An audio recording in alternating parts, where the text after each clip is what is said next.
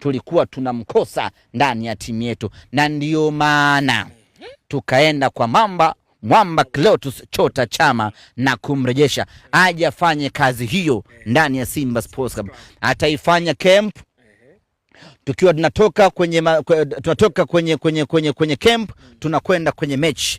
Chama kazi yake ni kuamsha morali ya wenzie.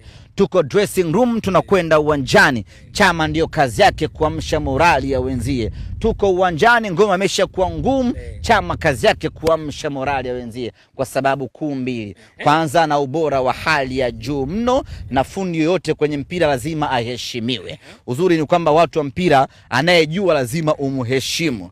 Wale Senegali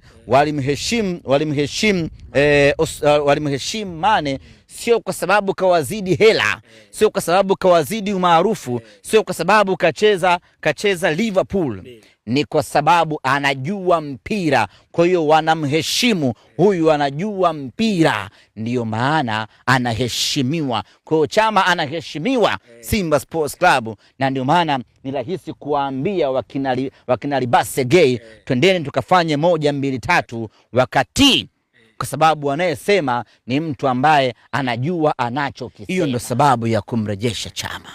Ana mamlaka hayo ya kuzungumza, ana mamlaka ya kuamsha morali ya wenzie, ana mamlaka ya kuboost morali, ana mamlaka ya kuwasukuma wenzie, ya kuwalazimisha tufanye, kwa sababu yeye mwenyewe ana uwezo wa kufanya na ameshafanya sana. Chama ni legend ndani ya Simba Sports Club.